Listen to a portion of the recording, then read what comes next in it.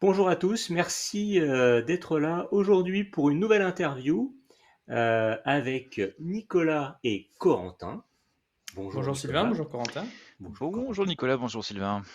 Alors effectivement, une interview. Alors on avait pu tester, vous avez entendu un épisode spécial il y a maintenant deux podcasts, deux épisodes, et c'est un format qui nous a plu. Et en plus, on a pu échanger avec Corentin de plein de sujets très intéressants, et on s'est dit, eh ben, c'est le moment, repartons sur une interview. Et donc c'est pour ça que nous sommes là ensemble aujourd'hui. Et oui, peut-être la naissance d'un nouveau format récurrent. Voilà, exactement. Et en tout cas, merci, merci Corentin d'être avec nous et de te prêter à l'exercice. Mais de rien. Donc aujourd'hui, déjà, on va parler de quoi? Bon, on va parler plutôt d'environnement Microsoft déjà, et particulièrement d'Intune et de Microsoft 365. Alors justement, Corentin, est-ce que pour débuter, est-ce que tu pourrais d'abord peut-être te présenter succinctement un peu ton parcours professionnel et pourquoi particulièrement on va parler de Microsoft Intune et de Microsoft 365 avec toi? Très bien. Et ben, du coup, je me présente. Du coup, je m'appelle Corentin. Je dirai pas mon nom de famille. Au pire, vous le trouverez au fur et à mesure en faisant des recherches si vous en avez envie. Dans tous les cas, je vous laisse le mystère Voilà, pour pour les l'instant. plus stalkers d'entre nous. Exactement. Du coup, qui suis-je? Qu'est-ce que je fais? Donc, aujourd'hui, je suis ingénieur Modern Workplace, spécialisé dans le côté Microsoft, plus spécialisé dans le côté Intune. J'ai commencé mes études en alternance, donc je suis parti du BTS, licence, master, pour me retrouver en fait en tant qu'ingénieur, du coup à la fin de ma licence. Donc j'ai fait 5 années d'alternance et aujourd'hui j'enchaîne les missions de consulting au fur et à mesure, projet ou run directement.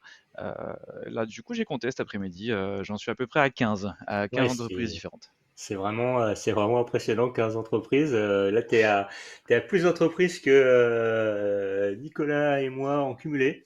Largement, oui. Voilà, donc effectivement. Alors peut-être juste, qu'est-ce qui t'a amené comme ça à changer peut-être de société, de contexte? Qu'est-ce qui t'a motivé, qu'est-ce qui t'a motivé à faire ça? Alors, j'ai envie de vous dire déjà, genre, le nerf de la guerre, l'argent. Le Euh, fameux. Exactement. Et donc du coup pourquoi? Parce que simplement, au départ en fait, donc l'alternance m'a fait beaucoup changer. Une alternance c'est à peu près, un BTS c'est 2 ans, donc j'ai fait à peu près 2 ans. La licence j'ai fait 2 expériences parce que, pour diverses raisons. Et le master du coup j'ai fait une seule expérience qui était d'ailleurs la meilleure que j'ai pu faire. Et sinon, sinon en fait j'ai changé tous les ans, de boîte de consulting et j'ai eu plusieurs missions à chaque fois, des petites comme des grosses. J'ai pu faire des POC, Proof of Concept, pour prouver à des clients en fait la technologie Microsoft, Ouais. et j'ai pu faire aussi du projet. Et en fait aujourd'hui, ça fait plus de 2 ans et demi que je suis dans ma boîte de consulting, mais par contre j'en suis à ma deux ou troisième mission, voilà, dans l'idée. D'accord. Et donc, Modern Workplace, tu as commencé directement dès le début. Tu voulais absolument aller dans cette direction ou c'est quelque chose que au fil des ans, tu t'y as intéressé et au final, tu t'es orienté vers ça?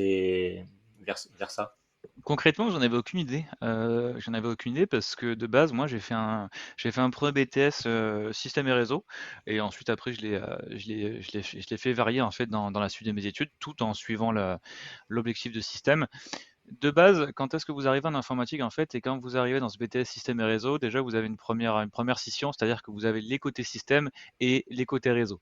Le côté réseau, c'est ce qu'on appelle en école, en se moquant d'eux gentiment, bien sûr, ceux qui tirent les câbles. Je vois, oui. Sympa. Et, Et donc du coup, dans l'affinité, au fur et à mesure, j'ai commencé par des PME, donc j'ai un peu fait du touche à tout.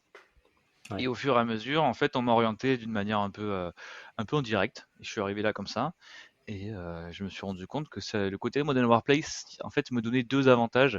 Comme vous pouvez le voir, ma communication est assez fluide, est assez rapide. Donc, parler aux utilisateurs et faire de la technique côté en fait système. Donc voilà pourquoi j'ai fait du Modern Workplace, c'est pour être en contact un peu de près ou de loin avec les utilisateurs, tout en touchant à la technologie. Ouais, Ok. effectivement, complètement, complètement. Et alors justement, on parle de Modern Workplace, on a parlé d'Intune, on a parlé de 365. Peut-être avant d'aller un peu plus loin, est-ce qu'il ne faudrait pas expliquer un petit peu qu'est-ce que c'est et surtout quel est leur but peut-être? Carrément. Alors, ce qu'il faut savoir, c'est que le Modern Workplace, en fait, donc si on le traduit littéral, c'est Modern Workplace. Donc, c'est l'environnement Workplace, lieu de travail, le nouvel environnement du lieu de travail. Ouais. Donc, plus précisément, le bureau de l'utilisateur. C'est-à-dire son Ouais. PC portable, anciennement le PC fixe. Bon, aujourd'hui, c'est que des PC portables, hein. Depuis le Covid, en fait, on va dire que ça a accéléré cette transition à une vitesse lumière, on l'a tous vu. Et donc, du coup, il faut se dire que c'est à peu près ça. Donc, c'est-à-dire que ça va faire ça va aller de déployer littéralement un master, le configurer de A à Z sur différentes technologies, jusqu'à envoyer de la GPO directement sur un paquet d'utilisateurs, changer les fonds d'écran, déployer des logiciels précis, et débugger des problèmes en fait que l'utilisateur pourrait avoir au fur et à mesure. Alors, D'accord, ok. tu as juste dit deux choses, tu as utilisé le terme master et le terme GPO, est-ce que tu peux juste les définir succinctement? Oui, c'est vrai que j'ai tellement l'habitude en fait, genre de dire ces mots tous les jours qu'au bout d'un moment, pour moi, c'est limite comme si je te disais bonjour, quoi. Ouais, ouais, c'est la même chose pour nous, c'est vrai, plutôt sur les aspects techniques et dev, mais ouais, ouais, on comprend tout à fait. Dis-toi, en fait, le master de base, c'est la configuration d'un système d'exploitation avec des configurations dedans. Mhm. Donc, par exemple, j'ai 10 utilisateurs qui arrivent, le mois prochain, imaginons, dans un gros groupe. Mhm. Au lieu de me taper à la main, en fait, directement, ouvrir le Windows, faire ça en clic-clic, en fait, directement, installer les logiciels, installer les policies, installer les GPO, et je vais en parler après. En fait, je vais créer en fait une image Windows System, et dedans, je vais y mettre vraiment plein de choses dedans, comme un maxi best-of en fait. Je vais mettre frites, coca, je vais mettre la sauce barbecue si tu veux. Ok, belle image. Voilà. Comme ça, moi, j'espère que personne n'a mangé enfin, j'espère que tout le monde a un peu mangé quand même, parce que sinon, on risque d'avoir On va faim avec donner mes faim à images. beaucoup de gens. Et donc, du coup, l'objectif, c'est de faire ça. C'est de faire un master, de pouvoir déployer rapidement et automatiquement, ça, c'est l'utopie, mais des postes utilisateurs. Donc, quand l'utilisateur arrive, il a littéralement clé en main, il ouvre son laptop, il met son login, session, mot de passe, et là, comme par magie, il y a littéralement son pack office qui arrive, son antivirus qui est déjà installé, son petit fond d'écran de l'entreprise en question, et son VPN qui est déjà monté, imaginons. Ok, donc Top. ça permet d'éviter, comme on a pu le connaître, enfin, comme ont pu le connaître certains d'entre nous, de devoir passer des demi-journées à la DSI ou alors même des demi-journées à installer soi-même tout un tas d'applications pour qu'au final notre poste-travail soit prêt, c'est-à-dire avoir un poste-travail directement prêt à l'emploi avec tous les outils de la société. Exactement. En fait, plus tu vas dans les groupes et plus le modèle Workplace il est présent et il est vraiment implanté, parce qu'il faut des policies, il faut des GPO, et je vais en parler maintenant, des GPO mises en place très précises. Donc la GPO, ça va être en fait des règles que tu vas pouvoir mettre sur la machine de l'utilisateur. Par exemple, imaginons mon utilisateur, j'ai pas envie qu'il modifie son Windows, son C2. Windows, parce qu'il peut me péter le système 32, je vais mettre une règle, donc une GPO. GPO, c'est Group Policy Object, donc une politique d'objet, et avec ça, je vais pouvoir lui interdire en fait de modifier son fichier Windows, D'accord. son dossier. Voilà. Et donc du coup, en décriant en fait ces règles, tu peux littéralement tout faire. Tu peux arriver par exemple Ouais. à ce que l'utilisateur il peut avoir il peut avoir Windows Chrome, le navigateur Chrome, par exemple, il est des favoris précis, qui n'ajoute pas des Ouais, ils puissent favoris. pas changer les paramètres, ils puissent Ah pas oui, ça va commencer aussi à installer finement que des ça en plus. extensions ou des choses comme ça. Exactement. Et moi, en fait, du coup, mon expertise va que, vu que maintenant je suis expert vraiment, et que là, en ce moment, je suis en train de passer architecte, mais ça, c'est une autre histoire, Mhm. ça peut aller très très loin, c'est-à-dire que je peux modifier les clés de registre pour éviter, en fait, que un utilisateur, en fait, modifie une configuration à l'avance, en fait. Le prévoir, on va dire. D'accord. Ah oui, donc ça va très loin. Donc là, concrètement, au quotidien, quelles vont être tes activités au quotidien avec cette plateforme? Alors, quand je dis cette plateforme, là, je parle d'Intune. Peut-être qu'il y en a Ah, d'autres qui gravitent autour. Euh, Oui, donc du coup, pour Intune, Intune en fait propose beaucoup de choses. C'est-à-dire que Intune est une solution cloud Microsoft, donc Mhm. permettant en fait du coup au SI, donc service informatique, de pouvoir déployer des applications, par exemple, déployer des policies comme je disais tout à l'heure, ou déployer un maximum de choses en fait même des scripts automatisés si vous avez besoin pour des utilisateurs comme des utilisateurs classiques ou des utilisateurs bien précis. Mhm. Donc au jour le jour, en fait, ça va dépendre de ma mission et du projet. C'est-à-dire que par exemple, je peux avoir une mission où est-ce que je fais du run. Donc le run, c'est du support niveau 1, 2 et 3. Aujourd'hui, mon expertise fait que je suis niveau 3. Donc quand est-ce que le niveau 1 n'y arrive pas, il demande niveau 2. Et quand le niveau 2 n'y arrive pas, il demande à la dernière roue, c'est-à-dire moi. Et, Ok, et moi, ouais, ok. Hmm. Le fameux la dernière roue du carrosse. Exactement. Ceux, tu sais, genre un peu comme dans l'Expandable, ceux qui n'ont pas réussi, ben, moi je suis ceux qui veulent faire. Ok. Donc voilà, donc du coup avec Intune en fait on peut faire une multitude de choses. La majorité ça va être déployer des applications ou alors s'occuper du master par exemple, modifier le master selon les besoins ou créer des règles ou débugger. Donc vraiment ça dépend de quel est le type de ma mission pour lequel je suis employé. Ouais, d'accord. Et concrètement, comment on travaille avec? C'est quoi? Ça se présente sous quelle forme précisément? Enfin, Bah, si on peut la Intune, décrire du mieux qu'on peut, hein, parce que c'est pas évident là, comme ça, par podcast, mais si tu devais nous le décrire. Intune, en fait, c'est une solution. Alors, il y a trois solutions cloud. Il y a le IaaS, le SaaS et le PaaS. Mhm, Donc, le IaaS, Infrastructure as a Service. mhm. Donc, c'est toi, tu vas gérer tu vas gérer ton VM, ta VM, ton ESXi, etc. ESXi, donc du coup, tes machines Ouais. virtuelles, c'est toi qui hyperviseur. Hyperviseur, ouais, complètement. Exactement. Sinon, le PaaS, donc Platform as a Service. Et le Platform as a Service, je crois, c'est le côté Azure du coup, côté Mhm. Azure Oui. qui touche Intune. Et le SaaS, c'est la solution, c'est directement, tu vas cliquer Symantec Cloud, tu vas faire tes modifications de policies antivirus. Donc Intune est une solution PaaS, vu qu'elle fait partie en fait de l'ensemble en fait de Azure, Microsoft Azure. D'accord. C'est Donc un c'est sous-composant de Azure? c'est une C'est fonctionnalité. ok. Ok, ok. Oui, donc du coup, je vais prendre comme exemple, je vais me connecter à la plateforme de Azure, donc corentin.quelque-chose@sogipec.com. Mhm.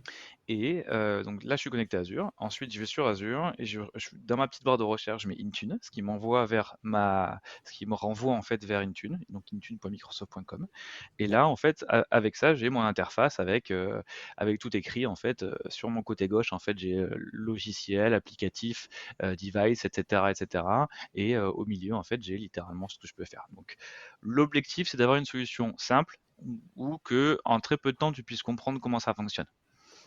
Ouais, d'accord. Donc, intuitive. Le plus Exactement. intuitif possible. Bon, après, je me doute que c'est pas si évident que ça, parce que c'est aussi pour ça que tu as une forte expertise. C'est que on va dire, le premier niveau est toujours évident. Puis après, quand on va de plus en plus fin avec des droits particuliers ou enfin, des particularités de certains systèmes, c'est là où on doit rencontrer des difficultés. Exactement, exactement. Pour vous faire un petit topo, en fait, on va dire le parent en fait de Intune, c'est la solution qui s'appelle SCCM, System Center Software. Bon, je me rappelle plus du nom, mais entre eux c'est SCCM qui aujourd'hui s'appelle MECM qui a changé de nom. D'accord. Euh, Ce qu'il faut savoir, c'est que Microsoft ils adorent changer de nom tout le temps. Ça, il Oui. faut se le dire. Donc, s'il y a des trucs que vous comprenez pas, n'hésitez pas à me stopper, comme ça au moins, genre, j'explique. Voilà. Oui, oui. On n'hésitera pas, ne t'en fais pas. Parfait. MECM, en fait, du coup, c'est la version de Premise. Donc, c'est la version locale. C'est une solution, donc un gros logiciel que vous installez sur votre serveur. Windows Server, bien sûr, hein, c'est le seul unique. Il n'existe que ça d'ailleurs pour moi. D'ailleurs, genre tout ce qui est Ubuntu Server, ça n'existe pas pour moi, d'accord? Je On rigole, bien sent sûr, je l'environnement rigole. Microsoft. Exactement. Et, c'est vraiment une paroisse, hein, Microsoft, hein. Il faut se le dire, hein. Après, beaucoup d'érudits me diront que Ubuntu est est la seule vraie solution, mais non.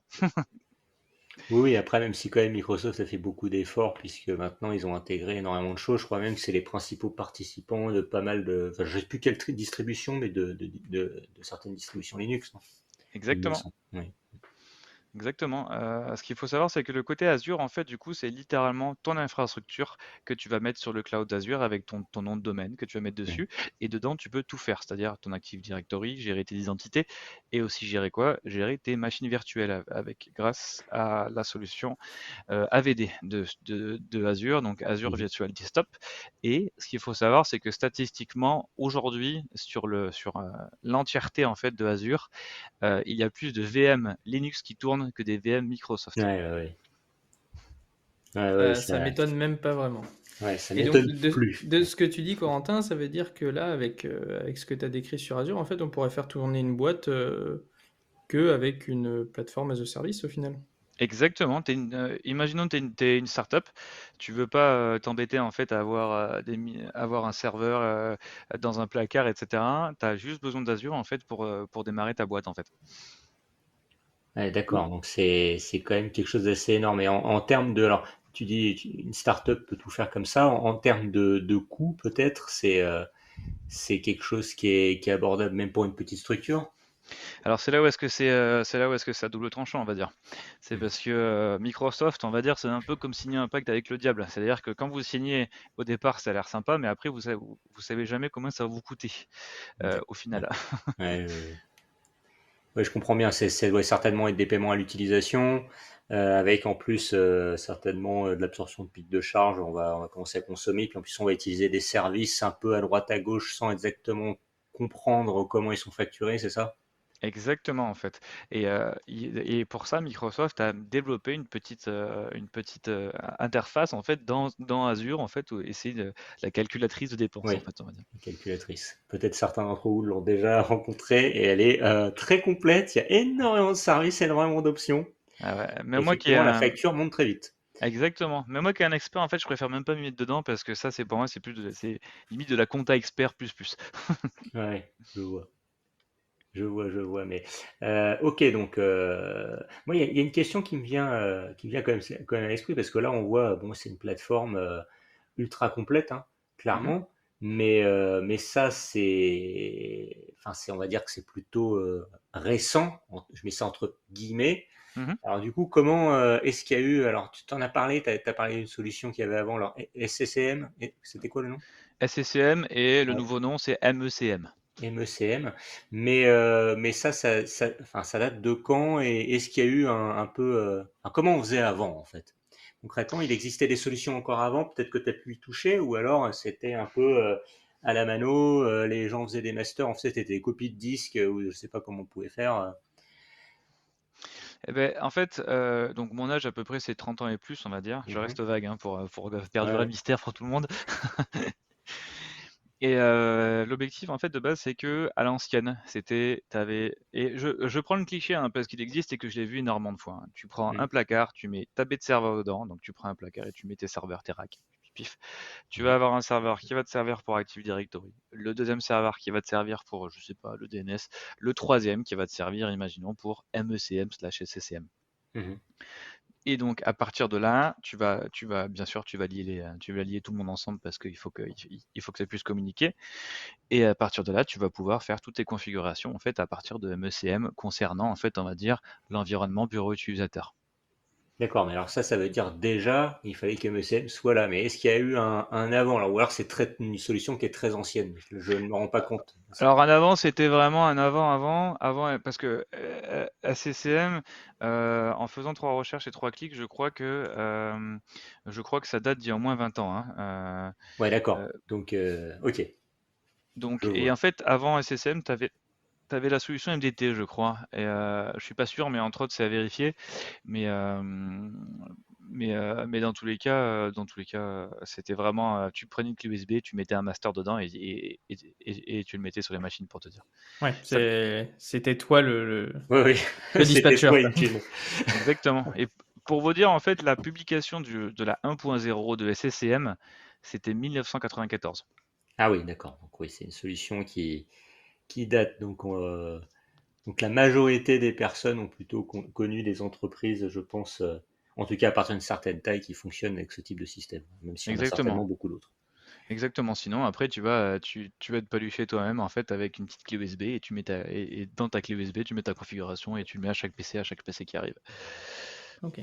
Et alors, une petite dernière question peut-être, là, en tout cas directement sur Intune, mais il existe certainement des solutions alternatives. Oui. Euh, et du coup, pourquoi Intune? C'est quoi son point fort peut-être par rapport aux solutions alternatives?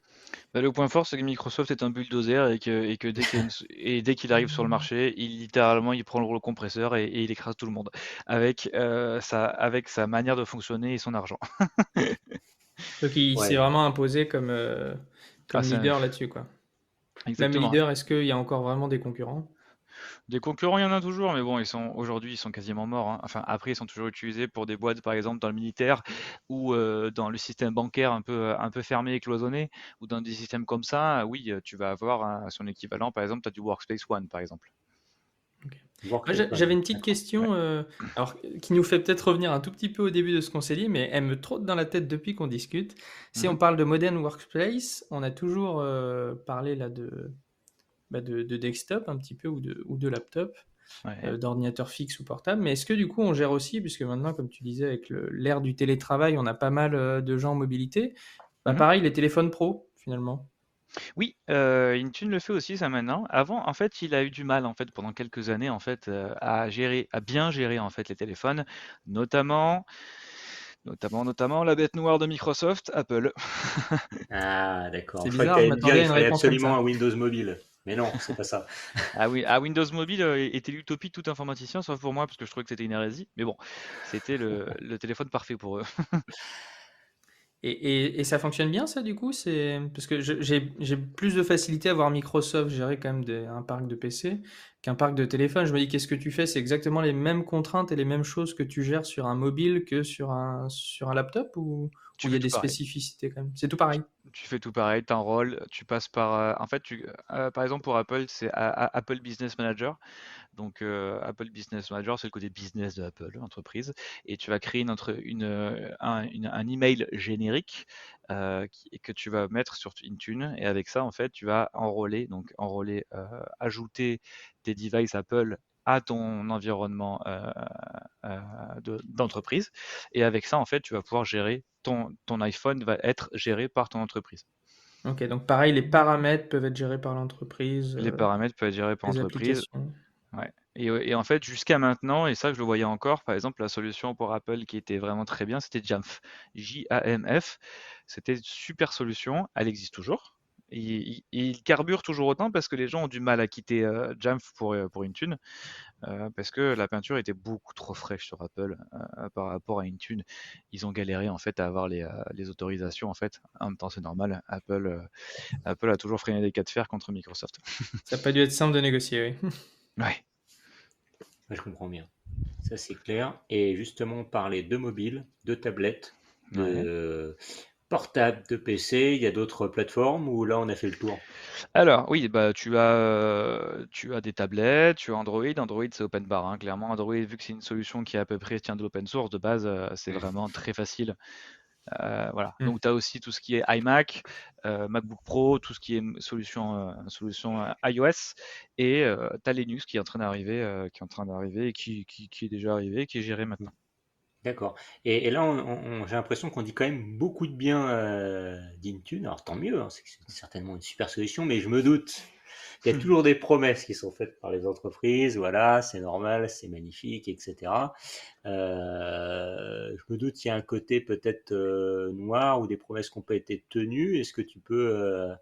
alors peut-être Bah, tu vas nous dire tout est rose, hein, c'est possible aussi, hein, mais... non, non, non, en fait, je prêche ma paroisse effectivement avec Intune, parce que c'est mon expertise et que je travaille que dans, enfin, je ne travaille pas que dans ça, mais je travaille à 80% dans ça. Je suis en contact avec déjà des gars souvent de Microsoft. J'ai commencé à me faire un petit carnet de contact des gens de Microsoft France, Europe et même monde. Donc je commence à peu près connaître la maison. Et je parle avec eux du coup des dernières tech qui sortent en avance, même d'ailleurs. Par Mhm, exemple, Copilot, on savait quand elle est sortie en septembre dernier, on savait déjà qu'elle sortait en juillet-août par exemple. mhm. D'accord. Euh, pour prêcher en fait, pour faire l'avocat du diable en fait, on va dire. Non, pour l'avocat du diable, qu'est-ce que je raconte? Les points négatifs en fait pour Intune, ils ont été en fait la granularité. La granularité. Alors, qu'est-ce que tu entends par granularité?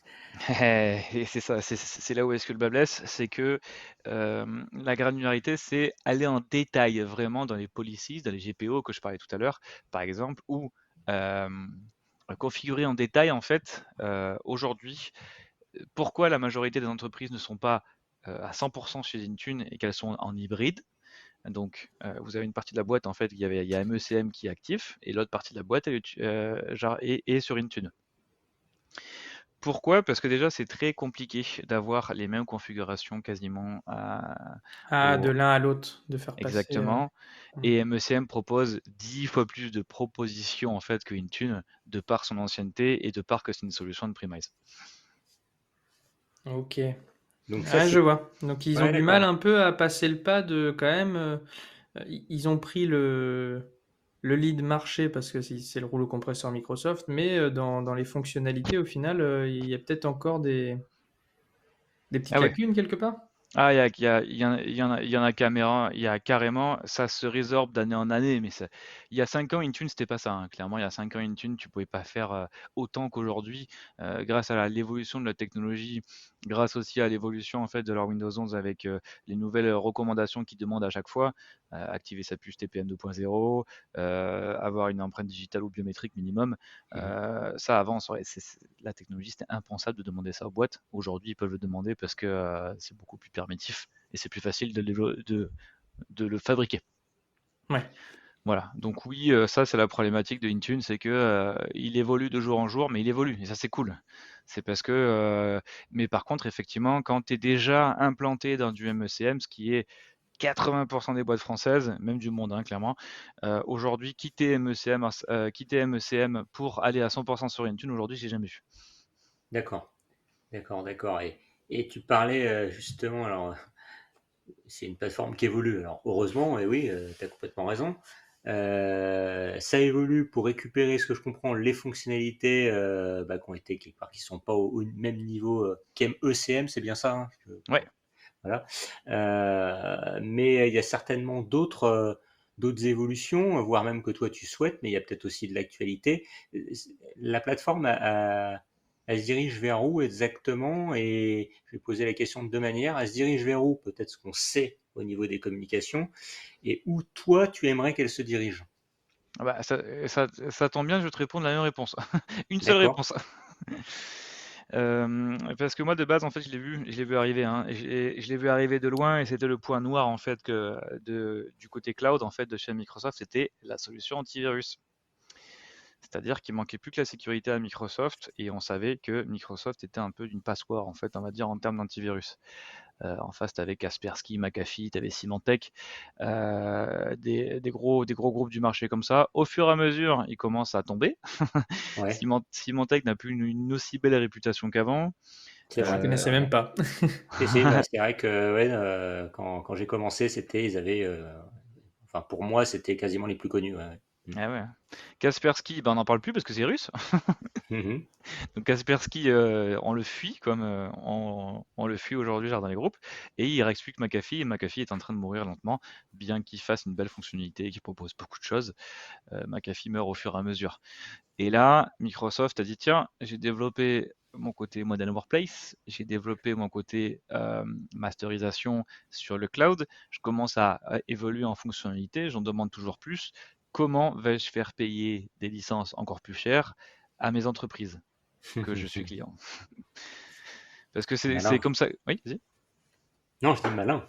Malin, et ouais, non mais carrément. Et c'est comme ça que ça marche en fait. J'ai oublié d'en parler, malheureusement, mais et je vais en parler maintenant. Le point noir aussi de Intune, et il est simple, il est la licence. Le licensing, il est énorme.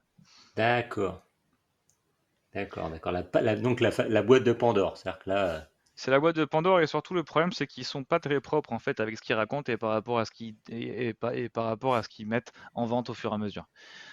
Voilà. C'est-à-dire que à l'époque ils avaient dit on va faire une licence E3. Donc E3 ça comprend le pack office, l'activation de ton Windows 11 et c'est à peu près tout. Et d'accord. ensuite là ils ont fait une licence E5 qui est Mhm. en fait plus tu vas dans les E plus tu mets des chiffres et plus c'est plus c'est cher. Plus c'est le gros package, quoi. Ouais, Exactement. plus tu vas haut et plus c'est cher. Ok. Et là, la licence 5 a été à peu près à combien? 30 € par mois par utilisateur. Bon, alors ça, Mhm. c'est le prix public, hein. Ça, Oui, après, Ouais, évidemment, tu peux les négocier oui. peut-être. plus c'est gros, plus ton prix baisse. Voilà, c'est aussi Mm. simple que ça. Plus t'es petit, plus tu vas payer le vrai prix. Et Et ben donc, en la, fait, la licence 5, il y avait quoi dedans? la licence 5, bah, du coup, tu avais, le déploiement de l'environnement avec Intune qui était fourni. Tu avais, bah, du coup Defender, en fait, qui est donc ton antivirus qui est compris Mhm. avec maintenant, et le pack Office, bien sûr, et 2-3 trucs en plus, en fait, qui te permettaient d'avoir des fonctionnalités quand même assez cool, et toutes les nouvelles solutions qui sortent sur le pack Office, c'est-à-dire par exemple en ce moment non pas Power Platform, mais des trucs qui arrivent en plus, qui t'offrent en plus, qui te donnent, qui servent un Mhm. peu à rien. Et en fait, ils avaient dit, à l'époque, ok, on s'arrête là, la E5, c'est le max qu'on va faire, ça c'est le max, la licence la plus chère de notre catalogue, vous ne paierez pas plus cher. Et Voilà, bam, la donc ils ont E6. forcément un mais. Et voilà, et l'année dernière, en fait, ils ont fait, tiens, en fait, on sort l'IA. Et les gens, ils ont fait, quoi, vous sortez l'IA? Et genre, tout le monde a fait, waouh, c'est génial! Et ils ont dit, ah oui, non, mais par contre, l'IA, il faut une licence en plus, hein. Et ben Ah oui, bah oui. magnifique. 15, et la licence, c'est 15 € par utilisateur en plus. Ah ouais, donc En tu plus du disais paquet 30 RX. euros, donc ça veut dire que c'est une belle augmentation. C'est énorme. C'est énorme, et en fait, c'est pas propre en fait côté Microsoft. Mais bon, ils le savent parce qu'ils ont pignon sur rue. ChatGPT, ça appartient de base à Microsoft, hein. Je sais pas si vous connaissez l'histoire, mais ChatGPT, en fait, ça a été lancé par Microsoft, hein. C'est des gars de chez Microsoft qui ont créé leur startup, sponsorisée par Microsoft de A à Z. C'est pour ça Mhm. qu'aujourd'hui, c'est Copilot. Ouais. Et Oui, donc, et du c'est pour coup, ça aussi qu'ils injectent tant d'argent dedans. On dit toujours, ah, ils ont encore beaucoup investi dans OpenAI, mais en fait, c'est un peu la même crèmerie, quoi. exactement, et personne se demande mais pourquoi est-ce qu'ils injectent autant alors qu'ils pourraient injecter dans, je sais pas moi, dans Claude, dans Mistral, dans plein de trucs comme ça. Mais pourquoi? Mhm. Parce qu'en fait, de base, en fait, ils sont externalisés, et ils investissent dans ChatGPT parce que tu as le principe de monopole.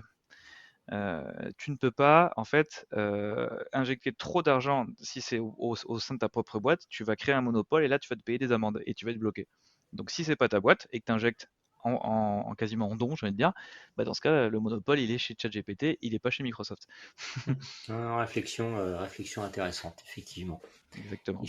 Effectivement. Donc là, tu étais revenu sur le point noir Oui, et pardon. on allait vers les évolutions. Alors, tu avais quand même évoqué la cybersécurité, mais tu en as évoqué une autre, tu as évoqué l'IA, donc je pense que peut-être que c'est lié aussi. Exactement, Copilot qui arrive de partout, la licence qui Microsoft propose en plus, qui littéralement s'intègre à tout ton pack Office. C'est incroyable parce que alors C'est ton aujourd'hui, assistant personnel, ton compagnon de route pour tout le pack office. c'est littéralement ta secrétaire des années 50, hein, clairement là. C'est D'accord. que c'est que si vraiment elle va tout te faire, elle va te dire à quelle heure tu as ta réunion, elle va te prévenir si tu lui dis qu'il faut qu'elle te prévienne, elle va tout te dire. Vraiment, elle va tout faire, elle va t'aider en fait à faire des PowerPoint. Alors voilà. Aujourd'hui, par contre, j'ai une polémique avec beaucoup d'amis en fait, beaucoup d'amis de ma boîte et de chez Microsoft, qui disent oui, mais est-ce que si on a besoin de repasser derrière à chaque fois, est-ce que c'est vraiment utile de l'avoir? Ouais, Ouais, ouais, ouais. c'est vrai. Et là, ça met une problématique. Voilà. Mais bon, je, je me disperse. Donc du coup, la nouvelle fonctionnalité en fait de chez Microsoft, c'est le côté antivirus et cybersécurité, le côté en fait EDR. Je me rappelle plus le nom, mais c'est EDR, et en fait c'est les points de terminaison. Alors, Oui, qu'est-ce d'accord. qu'est-ce Donc qu'on entend c'est par point de terminaison, du coup? Les points de terminaison, c'est contrôler le directement, flux.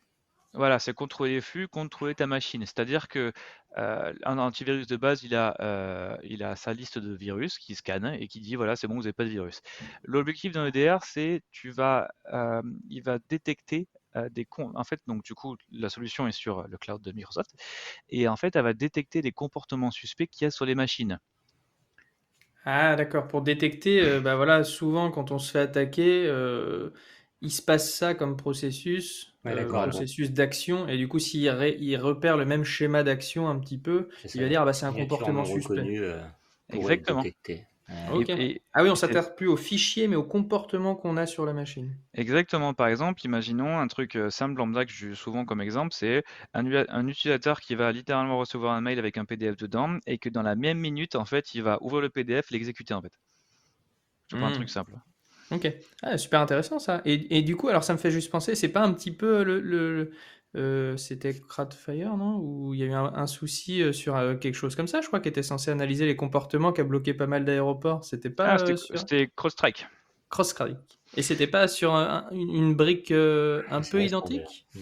Ouais, c'était à peu près dans la même idée, mais CrowdStrike fonctionne un peu différemment, mais c'est dans la même idée. En soi, en fait, pourquoi est-ce que ça fait planter? C'est parce que CrowdStrike, il a on va dire, des bypass, c'est-à-dire qu'il peut littéralement avoir accès au système et il passe par le système pour aller plus vite.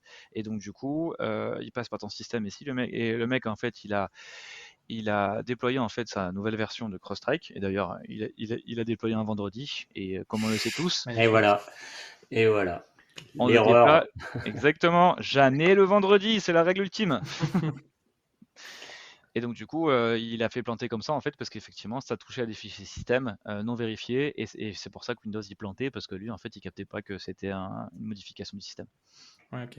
Et du coup, tu parles de DR là pour la partie défense dans Microsoft, mais Ouais. Microsoft là, ils ont Windows Defender. Je crois pas qu'ils ont de DR à eux, ou du coup c'est quelque chose qui va arriver? Ah non, non, ils l'ont vraiment, c'est Ils l'ont le nom déjà? en Ok, fait. bah je Ouais, connaissais c'est pas. sur security.onmicrosoft.com et en fait, ils ont leur ODR eux-mêmes, c'est Microsoft Defender for Endpoint. Voilà, c'est exactement ça, je l'ai retrouvé. Et donc, c'est leur système D'accord. EDR. Et grâce à ça, vous avez aussi un Metascore, c'est-à-dire que tu as un score de 0 à 100 utilisateurs. Et si tu respectes le score, en fait, tu peux taper vers les 100.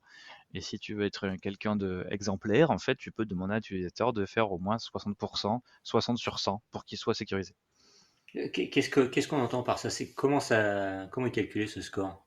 Le score, il est calculé sur un paquet de trucs. Et en fait, c'est lui Sur qui des va te dire, pratiques, des installations, des. voilà, pas de local administrator, par exemple, des mots de passe un peu plus forts, une authentification forte. Voilà. On peut gamifier la D'accord, donc. sécurité, quoi. Ouais, alors gamifier, il y en a certains qui vont dire ça, d'autres qui vont dire contrôler l'utilisateur sur vraiment tous les aspects. Oui. Peut-être un peu trop même. Mais Ah ben, d'accord. EDR va très loin. C'est-à-dire que, en fait, il y a pas longtemps, en fait, sur une autre entreprise de mission, on m'a demandé de savoir quelles étaient les extensions qui étaient installées sur les utilisateurs Chrome, les navigateurs Chrome. D'accord. Donc pour Ouais, vous dire, ça d'accord. va très loin, quoi. Et j'ai Ouais, Ah et- ouais. et j'ai fait un test avec ma propre machine et littéralement, j'avais des extensions en fait de mon Chrome qui étaient catégorisées comme dangereuses. ouais, Ah d'accord. ouais. Ah bah, moi, Ouais. je suis assez étonné et bluffé de voir tout ce qu'on peut faire. Je m'attendais pas à voir qu'on pouvait contrôler un peu tout ça sur une machine. Et pourtant, on en utilise tous les jours, hein, Sylvain, mais je pensais Ouais, pas qu'on ouais. pouvait aller aussi loin côté ci. Je me suis un peu regardé, du coup, mis à nu sur mon système, quelque part. Ah bah, en fait, et encore pire sur Windows 11. Parce que Windows 11, en fait, il y a une polémique qui est arrivée il y a pas longtemps, c'est-à-dire qu'il prend des instantanés et qu'il les envoie en fait en diagnostic directement. Oui, oui, j'ai entendu parler de ça, Des, effectivement. Ouais, des ouais. captures d'écran, c'est ça? Exactement. Des captures d'écran aléatoires de ta machine pour analyser les comportements en fait de Ouais, l'utilisateur. mais Et c'est ça, pour c'est notre Microsoft. bien. Oui, c'est ça. C'est pour mieux être protégé. Et du coup, est-ce que ça Ouais. fait partie, par exemple, des choses que tu peux sous Intune supprimer, ça? Que Windows 11 fasse ça? Ou c'est Ah oui, tu peux trop tout faire. profond dans le système? Ok. Tu peux littéralement mettre. Et en fait, je ne sais pas s'il y a la configuration nécessaire pour le faire, mais par contre, si tu as envie de le faire vraiment et que la configuration n'existe pas, c'est du script. Donc tu vas balancer un script en fait sur la machine du client utilisateur qui va s'exécuter tous les jours et qui va désactiver des options si besoin. Ok. Eh bien, donc Super intéressant. Je franchement, connaissais pas du tout tout ce pan-là ouais, ouais, l'informatique. c'est une véritable découverte aussi pour moi. Alors, je connaissais quelques termes comme ça, mais loin de connaître tous les détails et tout ce qui pouvait se cacher derrière. Merci beaucoup. Pas de souci. Euh, et justement, peut-être alors, pour conclure, il y a certainement pas mal de gens qui nous écoutent qui ont peut-être envie d'aller dans ce domaine. Ouais. Qu'est-ce que tu leur conseillerais? Comment s'orienter sur peut-être pas les études, mais en tout cas, comment tu leur conseillerais pour aller dans cette direction, tout simplement? Bah, en fait, très simple, au départ, quand tu as pas l'expérience, il faut montrer patte blanche à ton utilisateur, à ton client si tu veux y aller. Donc au départ, en fait, tu vas essayer de t'orienter vers des missions déjà pour commencer, des missions run, des missions un petit peu qui sont un petit peu, on va dire, service support. Ça, c'est le démarrage. Ça, c'est ce que je conseille parce que vaut mieux passer par la technique pour ensuite après aller plus haut dans les sphères. Et ensuite, après, surtout, c'est les certifications Microsoft. D'accord, d'accord. Une Donc les certifi- certifications Microsoft ont une importance particulière. Ah oui, Euh, ça peut. Moi, j'en suis à 4 là en ce moment. Et c'est pas compliqué, hein, d'accord. clairement. Hein. Ok. Ok, très bien. Merci beaucoup. Je ne sais pas si toi, Nicolas, tu avais un point que tu aurais aimé détailler pour conclure. Pas du tout. Moi, je reste super admiratif par tout le sujet parce que je connaissais pas du tout et je découvre plein de choses et j'ai posé toutes les questions qu'il me fallait. Je pense que nos auditeurs et nous-mêmes, on en a appris beaucoup. Donc, je te remercie Carrément. beaucoup, Corentin. Merci beaucoup. Oui. Merci Corentin. Pas de souci. Et pour tous les auditeurs, je vous dis à bientôt pour un nouvel épisode de Vitamin Tev. Salut! À bientôt. Au revoir.